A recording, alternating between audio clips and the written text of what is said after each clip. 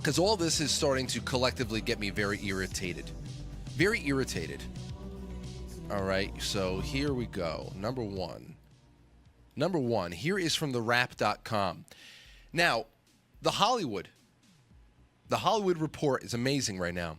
Here's a headline. Hollywood so straight. Studio films with LGBT characters dropped to record low last year. Record low. Trans characters shut out. Non-white queer characters see uptick in. I can't believe these are statistics that people track. People track. I can't believe that this is a thing. This is where we are right now. But listen to this. The number of Hollywood films featuring LGBTQ characters plummeted nearly 40% in 2017. Ooh. Compared to the year before, an annual survey of major movie studios by GLAAD said on Tuesday. The group found that just 14 wide releases from the majors, as well as offerings from their indie divisions, were inclusive of queer identities in 2017, a drop from 23 films in 2016. Only 12.8% of studio films contained characters who identified as lesbian, gay, bisexual, or queer, the lowest percentage of LGBTQ inclusive. 12.8%? You should be happy about that, because the gay community, the gay portion of the population, I shouldn't even call them a community. They are a part of our community, okay? The nation. They're just Americans. But their population is about 5%. I think that's the highest I've seen. The trans community, it's a fraction of 1% out of the total population. So if you're going to take the highest percentage that people calculate out there are 5% gay people, and you say that their representation was 13%? Wow. They should be jumping for joy. How inclusive we've been. But say, no, it's not enough. Not enough. 95% of the country needs to consume us constantly. Like, no. I mean, listen, if you're going to make something, you want to be see yourself reflected in the culture. It's not like you're shut out. Gay characters have always been around. You want to know the thing here is, it's just like this.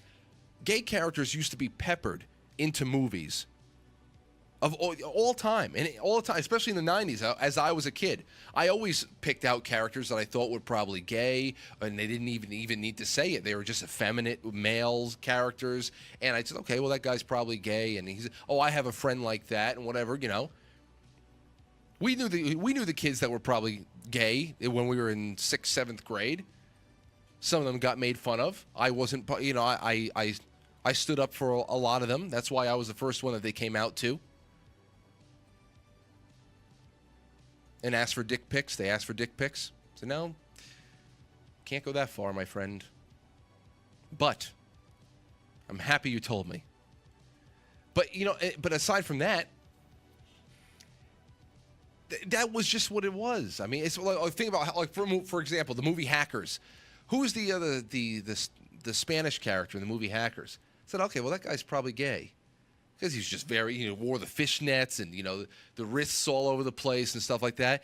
And it just added character. Oh, The Rock, like little bit characters, too, that would just show up anywhere. Like in The Rock, the hairdresser that made up Sean Connery's hair after all those years locked away. And he was being brought out of jail to go infiltrate Alcatraz again. They're just all over the place. And we laughed, and they add character to it. And, it was just good stuff. And it was peppered in. And it was subtle. Because it was subtle, it became less and less of a big deal. That helps society much more than bludgeoning people over the head and checking statistics to see if there's enough gay people in movies. Once again, do you want people just to feel like they belong, or do you want people to stand out? That's why, I know Gay Pride Month is coming up, and, everybody's going to do their genuflecting before the gay altar and stuff like that. And I know gay people who don't like Gay Pride Month because, just like Morgan Freeman says, I don't want a Black History Month. Black history is American history. Just leave me alone. I don't want you to see me as a black man. I want you to see me as a man. There's something counterintuitive about creating time to point out just how unique you are in an effort to show that you just want to be seen as everybody else. There's something counterintuitive about that I'm not on board with. But that leads me to the next thing here. This is from a story from The Verge, okay? It's talking about Lando Calrissian, because now the Solo film is coming out. Here's the headline from The Verge. Lando Calrissian's newfound pansexuality is bullshit. Now, what are they talking about?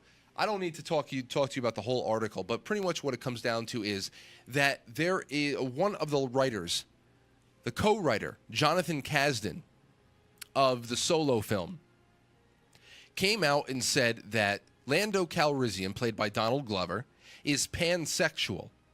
He said that there's a fluidity to both Glover and Billy D. Williams' portrayal of the beloved character. There is no fluidity with Billy D. Williams. There is no sexual fluidity for Billy D. Williams and Lando Calrissian. None whatsoever.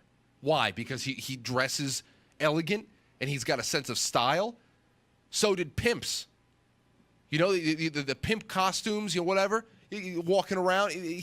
Lando Calrissian was a gambler. He personified space pimp. That is why he was so awesome. Nothing about him was sexually fluid. None of it. But while they're throwing it out there that was the guise that they wrote in this character and the way that they saw him, which is just another piece of evidence to say, well, Frank, he isn't exactly fluid. They're just saying it's the way he flew it. These are the hands that Star Wars is in now. Star Wars from the 70s up until Disney bought it was politics free. Politics free. It told the story of political intrigue and how empires are rise and fall and are cracked by rebellions and the correlation between tyranny and freedom. All of that stuff is in there. But as far as this, I mean, you can just see more and more how this is just the hands that this very powerful franchise, as far as its cultural influence, this is the hands that they're in right now. Whether or not you're a fan of Star Wars, to see this, you may say, oh, Star Wars, they're the nerds. I know somebody like King. King would probably call in and say, you're a fucking egghead. You're an egghead. You listen to look at this Star Wars stupid shit. I know exactly what King would think about that. Big pump. And he'll probably call in sometime to say, I heard your impression or whatever. But regardless of whether or not you think Star Wars is for eggheads, this is a major cultural driver, which is another reason why I say it was very important to see what was going on with Kanye West. Because whether or not you think his music is worthy of your time and your money, he is very influential in the culture. And for him to be claiming independence is a story worthy of following. Very worthy of following. And the polls that came out in the weeks after him coming forward about his political independence is telling the story there. Now, I want to go away from that. That's what they're saying about Lando Calrissian. Now, here are some of the reviews of what critics are saying about this. And it's mostly lackluster reviews. Here's one. Solo, a Star Wars story, is ricocheting experience of highs and lows, and the end result doesn't inspire any real extreme reaction. As hard as it might be to grasp in the world of modern blockbusting filmmaking. Solo is technically a Star Wars movie, but it is one that sets pieces in place, that has set pieces in place of a personality. It's a film whose base level is fine, despite some unique cinematography. Ron Howard's direction is stolid and completely without personality. It goes on and on. While Solo, here's another one, is Star Wars movie that gambles on not really being a Star Wars movie. It's a winning chapter only sparingly. It's a winning chapter that only sparingly shows its hand in connecting to bigger universe. So that it's there, it's okay, but it's a solid film, but it's not going to be killing anybody. And all this, it goes on and on. I've heard a lot of people saying it was a good film, but seeing it once is enough. And once again, the reason why Star Wars films do so well is because fans like me used to go see one film 4 or 5 times. I saw The Last Jedi once. That never happens. I saw Episode 7 4 times. Okay? Now, going forward just a little bit more, I went into the comments here, and the comments were just full of just like radioactive nonsense. You have to shield your eyes. Here's one person, BGGATBDL. This is what kills me. I saw a preview, and the subtle anti-Trump allegories are great. I couldn't help but think about how disgusting that hate criminal Trump is throughout the movie, and I expect many others will see the obvious parallels and enjoy the film like I did. Now, reading this makes me want to vomit, and I almost just did. It makes me want to vomit because, listen, any fan of anything has probably felt the twinge of jealousy when new fans come into the fold. Like, oh, look at these newbies, and you better respect your elders type of thing. Like, come to me to ask me questions. Don't dare to try to tell me what Star Wars is or what so-and-so is, any kind of comic book or Magic the Gathering, whatever the hell it is in your life. I know you felt that protectiveness, that territorial feeling of, hey, this is my domain. You're the newbie. Don't you dare try to dictate to me what is going on over here. All right? I know you felt that with something. Whatever your Star Wars is, I know you know that.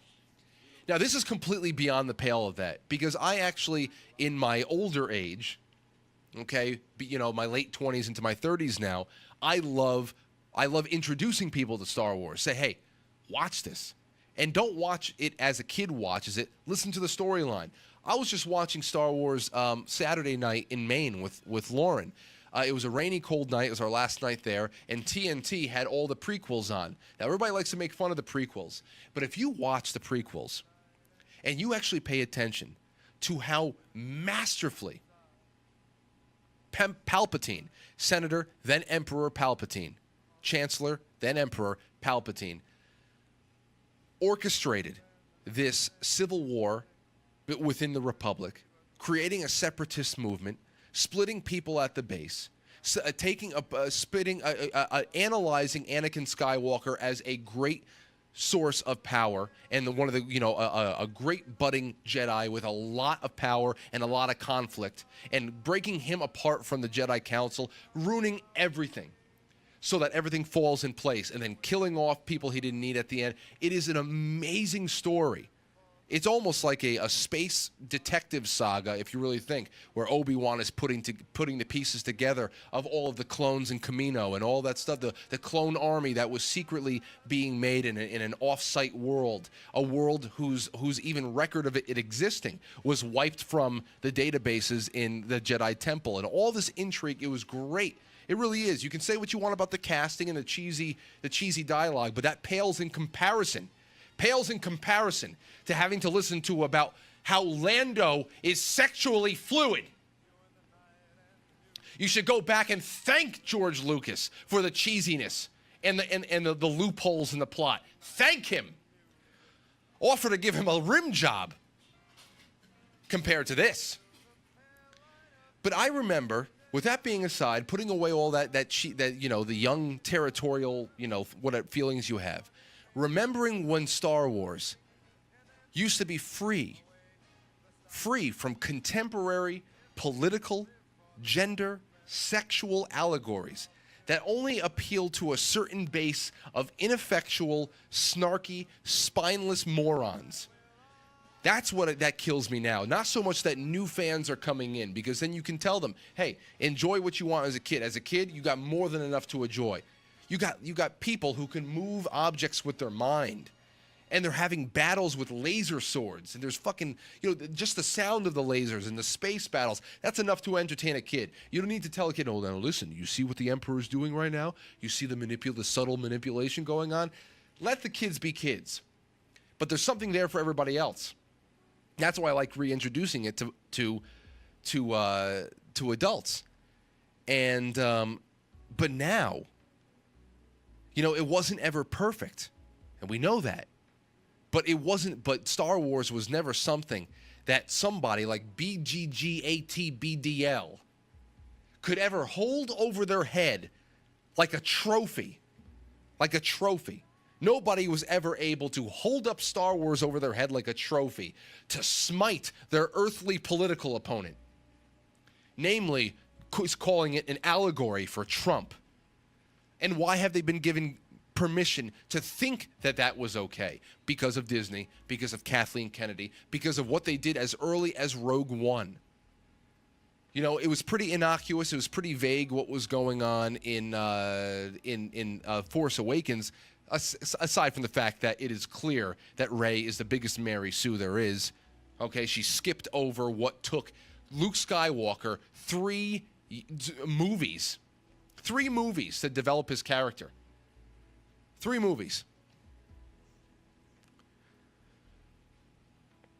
So with that being set aside, we saw just as early as Rogue One, the second release from Disney, that their characters said that the Empire stood for white supremacy and what we saw fomenting with the rise of Donald Trump, and that the rebellion is a ragtag group of multicultural people led by strong women. Said, all right, well, Rogue One thankfully didn't smack of it in the movie, but you're going into the movie looking at it through the writer's lens, and the writers are very vocal about their intentions. This is a problem, and that's why Star Wars, effectively for me, is probably dead. There's no way you can go back and change what has already been done. Can't change that. So that's it. And now, why do I want to bring this up? It's not just about Star Wars. How does it apply to everybody else? Why, before the Star Wars comment, did I bring up the other story about LGBT characters seeing a drop in representation in American films, even though they're still represented more than double of what their population size is? And you always hear, well, why can't we see ourselves represented in Star Wars? And my question to you all would be this, and then I want to start taking the calls on everything. Do you not, as a gay man or a gay woman out there, do you not see yourself as a hero? Do you not see yourself as, you know, I mean that's my problem. And why is that my problem if you don't see yourself in heroic characters? Why is that? Most Jedis don't have wives. They don't have, you know, people that they're romantically attached to. Anakin Skywalker, and if you follow the extended universe, Luke Skywalker with Mara Jade, they are you know, exceptions to the rule. Mostly Jedi are priests. So, and why is that my problem? If you don't see something heroic, yourself in somebody that's heroic, do you not see yourself as a person who fights for freedom versus, you know, tyranny? Can you not relate to that? Or do you relate to a villain? Some of us relate to villains. Can you not be human enough to see how you sometimes give in to your lesser instincts and let anger dictate the way you approach life and solve your problems? Are you not manipulative at times? Are you at peace? Are you a politician? Are you a monk? Are you a fighter? Are you a loner? Are you a mercenary for hire, a bounty hunter? What are you? Or are you just fixated on your penis or your vagina? You know, are you fixated on what turns you on sexually? And why is that? Why have you been given that? Why is that your constant cross? Why on earth should a story with actual depth be turned into a wading pool? Why is that? You know, Kathleen Kennedy and her legion of SJW misfits over there at Disney are turning an ocean into a jacuzzi. That's what they're doing. You say, but well, what about Han and Leia? They fell in love. Anakin and Padme, they fell in love. Not completely missing the point that Leia and Padme are complete badasses. Complete badasses. And Star Wars would be nothing without them. But you want to know what's interesting? Isn't it interesting how the only romantic relationships in Star Wars had significance to the greatest theme that there is in Star Wars? And that theme was the passing on and the continuing of generations. The Skywalker lineage, the story of fathers and sons, mothers and daughters, and legacy. And you cannot have a story like that without men and women making babies. Imagine that. You can't have a story like that without men and women making babies. The relationships that we were given in Star Wars had nothing to do with sex. They had nothing to do with sex. They had nothing to do with casual relationships. Not saying that homosexual relationships, especially the long-term ones, my father, as you all know, is gay. His partner, Bill, they've been together for 15 years. There's nothing casual about that relationship. But this story had everything to do with how we naturally continue on as a species, let alone a family. Okay? Lando Calrissian, Bespin, Cloud City, kisses Leia's hand. You knew from that alone he was a player. He loved the ladies. You didn't need to see a scene of him shirtless somewhere, laying in bed with someone after they had, they must have had sex. They're smoking a cigarette somewhere. You didn't need to see some ridiculous scene of him walking naked from the bedroom to the bathroom to take a piss so we can examine his bare ass like everybody does in movies these days. You didn't need that gratuitous nonsense. And I'm not opposed to seeing nudity, and I'm definitely not opposed to sex. But I guess that's what we just need now. You know, it's not good enough that someone is on a mission to save the galaxy. It only matters who they're fucking. And it only matters if someone gets to put the straight white male in the back seat and put the child lock on the door. Like they did to Poe Dameron in the last one, with all the purple-haired admirals going around, trying to shut up the reckless boys who just want to go out there and fight all the time. It was ridiculous. Ridiculous. But you can't make this point to people because it's offensive. It's offensive. And they're too busy playing footsie in the jacuzzi while the rest of us want to go sailing off the edge of the earth. That's what we want to do.